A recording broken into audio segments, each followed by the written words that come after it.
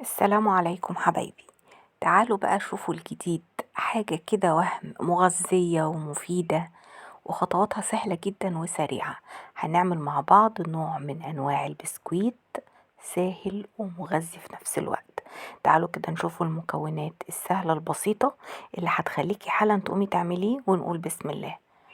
اول حاجة هنزل ببيضة عليها الفانيليا، والبيضة تكون بدرجة حرارة المطبخ، عليها نص كوباية من السكر البودرة ونص كوباية من الزيت. اخلطي كويس كل المكونات دي مع بعض زي ما احنا شايفين، وهبدأ اضيف معلقتين كبار من النشا او الكاستر الموجود عندك، بس انا بفضل الكاستر لان بيدي ريحة ولون حلوين جدا لاي نوع من البسكوت.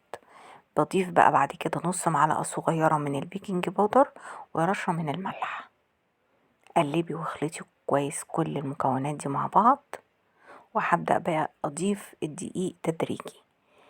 خد مني بالظبط كوبايتين إلا معلقتين النشا، يعني بمعلقتين النشا كوبايتين بالظبط، كوبايتين من الدقيق ضفتهم تدريجي كوباية ورا التانية. وبعد ما العجينة لمت معايا، العجينة بتكون لينة، ضفت كوباية من الزبيب على السوداني، كوباية زبيب على سوداني. الزبيب طبعا هكون نقعاه في مية مغلية لمدة ربع ساعة، وبعد كده هصفيه وانشفه كويس جدا، وهحط عليه السوداني، والسوداني يكون مجروش يعني متقطع قطع صغيرة. تحطيه في الكبة كده وتضربيه ضربتين يدوب يتجرش، يعني يتكسر بسيط.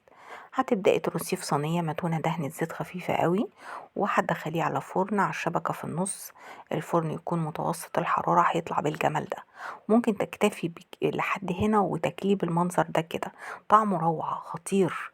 وممكن كمان تزودي القيمة الغذائية أجمل وأجمل، هتزوقيه بالمربى وبعدين السمسم، سمسم أبيض زي ما انتوا شايفين. عايزة أقول لكم إن طعم البسكوت ده ملهوش حل، حلو قوي. وكمان ضفناله مكونات خلته مغذي جدا، زبيب وسوداني.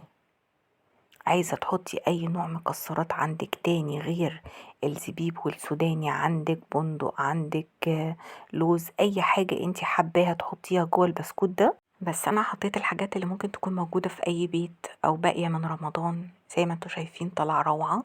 جربوه حبايبي، انا متأكدة جدا انه هيعجبكم. ولو عجبكم الفيديو ما تنسونيش في لايك واشتراك، واشوفكم على خير ان شاء الله في فيديو جديد وبألف هنا.